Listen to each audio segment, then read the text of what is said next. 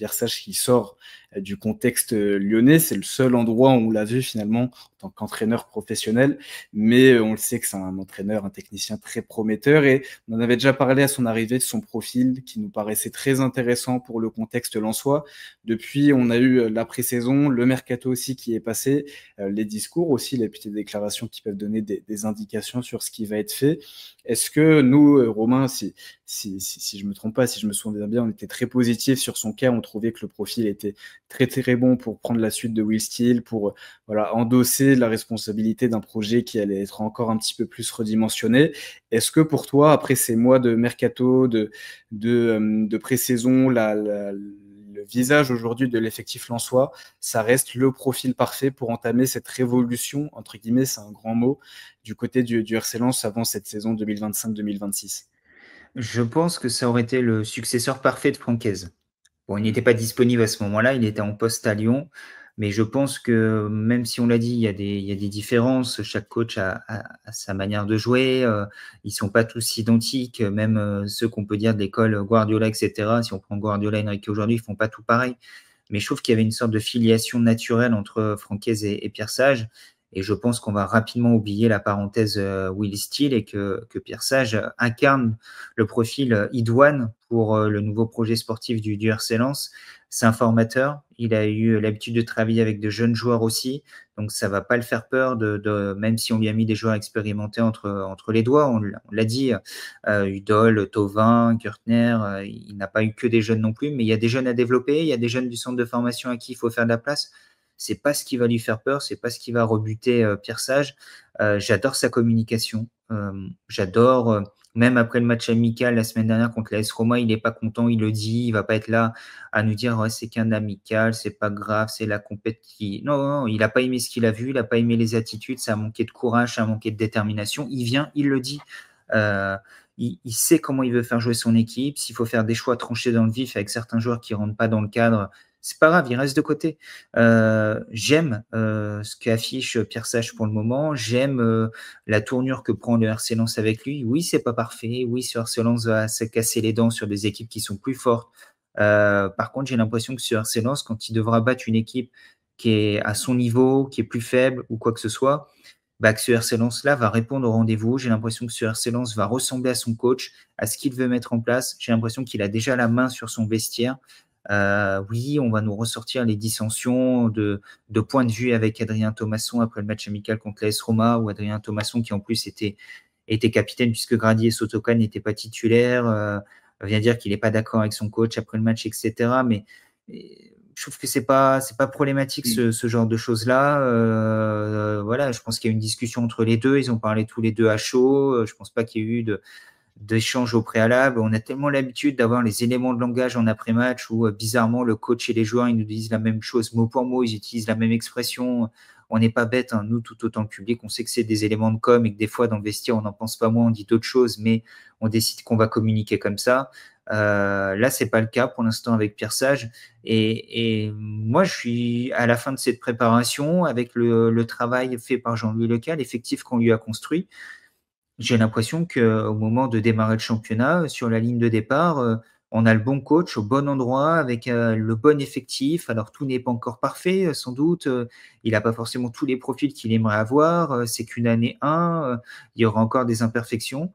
Mais je trouve que Lens s'est remis en ordre de bataille avec un cap clair qui a été fixé, qui est partagé par tout le monde et que Pierre Sage est le commandant à bord parfait pour rallier l'arrivée. Ouais, dans la lignée de ce qu'on a dit avec Jean-Loup Léca, j'ai l'impression que ça respire vraiment sérénité et cohérence, ce qui est fait avec Pierre Sage. C'est voilà, on sait que le RC Lens n'est plus armé pour, tu le disais tout à l'heure, viser un top 5, mais on voit aussi que c'est un club et une équipe et un staff et un entraîneur qui travaillent bien, qui travaillent sereinement. Même tu parlais de l'épisode avec Adrien Thomasson, je pense que ça dénote aussi d'un état d'esprit où il n'y a pas forcément cette peur, entre guillemets, de s'opposer au coach. Et je pense que s'il y a bien un coach qui est ouvert au dialogue, à la discussion, et il le fait même avec les médias, avec des personnes qui sont on va dire théoriquement censés un petit peu moins bien connaître le football que les acteurs eux-mêmes. Si Pierre Sage est ouvert au débat avec eux, avec nous, je pense que Pierre Sage l'est d'autant plus avec ses joueurs. Et je trouve ça très intéressant aussi que voilà, Pierre Sage, on ne découvre pas sa communication, il était déjà excellent du côté de l'OL, mais ça se confirme du côté de Lens, et c'est un entraîneur qui est très sincère, mais aussi très très calme, très raisonnable, très j'allais dire calculateur, mais pas dans le mauvais sens du terme. On a l'impression que tout est réfléchi, mais très bien réfléchi. Et le calcul n'empêche pas la sincérité devant les micros. Et tu l'as dit après la Roma, quand ça s'est pas bien passé, on va le dire, il n'y a aucun problème là-dessus. Et on va avancer, on va en tirer les enseignements. Et on est encore en préparation, mais c'est pas une raison pour ne pas en tirer les enseignements. Justement, on est en préparation. C'est maintenant qu'on doit construire l'équipe qui tiendra place durant tout le reste de la saison. Non, puis j'ai l'impression que même quand il y a eu des cas cet été qui auraient pu être un peu complexes, qui auraient pu tendre un peu la situation, je prends le cas El Ainaoui, il a géré ça avec un flegme. Mm. En plus, il en fait une petite blague, la première semaine, il dit à l'instant, «Il y a rien, sinon il aurait pas joué» et cetera, mais vous lirez entre les lignes, je sais plus son expression exacte, je crois que c'est celle-ci, et la semaine suivante, quand, El Ainaoui est présent, mais il est là pour faire ses adieux et il va s'envoler pour Rome, il dit: «Bon, vous voyez ce que je voulais dire la semaine dernière, quoi». Alors qu'on lui a enlevé son meilleur milieu de terrain, un capitaine en puissance, un joueur, et j'ai l'impression que, ouais, bah, c'est comme ça, bah, moi, je vais continuer à avancer avec ce que j'ai sous la main, et puis, comme en plus, on fait pas n'importe quoi non plus du côté du RC Lens durant ce mercato, parce que d'autres clubs, ça peut être plus compliqué. On vous enlève les titulaires un par un et puis vous voyez rien arriver, et puis, vous avez même pas de nouvelles de votre direction, ou vous travaillez pas main dans la main et cetera. Là, je peux comprendre qu'à un moment donné, ça soit compliqué à assumer, mais là, c'est pas le cas, et on sait que les relations, sont pas, toujours certaines, sereines, que tout peut changer, mais j'ai l'impression qu'il y a un alignement complet avec Mm. Jean-Louis Leca aujourd'hui dans ce qu'on veut faire, dans ce qu'on fait, dans la manière dont on communique, et tu l'as dit, ça ce n'est que les débuts. Il n'y a pas encore eu le moindre match, officiel. Peut-être que dans 3 mois, Lens, sera 14e de Ligue 1 et on sera tous inquiets. Mais là, je trouve que la sérénité, le calme que ça dégage, tout ça est plutôt, encourageant pour la suite des opérations. Ouais, tu parlais d'alignement, c'est ce que j'allais dire, que ce soit sur ou en dehors du terrain, on a quand même l'impression que c'est je le disais tout à l'heure, mais un club et un coach qui travaillent très très très sereinement, que même Pierre Sage est parfaitement adapté au contexte lensois de cet été et d'aujourd'hui. La volonté de remettre voilà, la formation au centre du projet, c'est un ancien formateur, il est très très bon là-dessus, il développe très très bien les joueurs, il a un discours aussi très, très intéressant là-dessus, aussi pour pouvoir faire pas des miracles, mais en tout cas pouvoir performer avec moins de moyens. C'est ce qu'il a eu du côté de l'OL qui avait perdu en qualité à son arrivée. On a vu que ça avait été très très fort ce qu'il avait fait.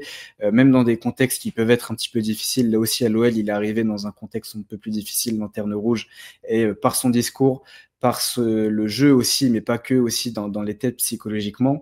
J'ai l'impression que c'est un coach qui est très très très complet. Alors il est encore très jeune, très peu, enfin pas forcément très jeune, parce que de mémoire il a déjà entre la quarantaine et la cinquantaine, je crois qu'il est pile au milieu, mais en tout cas avec très peu de vécu au niveau professionnel, mais non pas forcément moins de compétences, ça c'est sûr, même de méthodologie. On sait que sa méthodologie est très réputée, et globalement je trouve que pour le contexte lensois, pour les besoins de ce RC Lens qui doit se réinventer et changer un petit peu de projet, de braquet, je trouve que Pierre Sage est le profil idoine, et le mercato, l'alignement avec Jean-Louis Leca et la pré-saison, même si ça ne garantit rien sur la saison, confirme un petit peu le constat qu'on avait pu faire il y a quelques mois à son arrivée.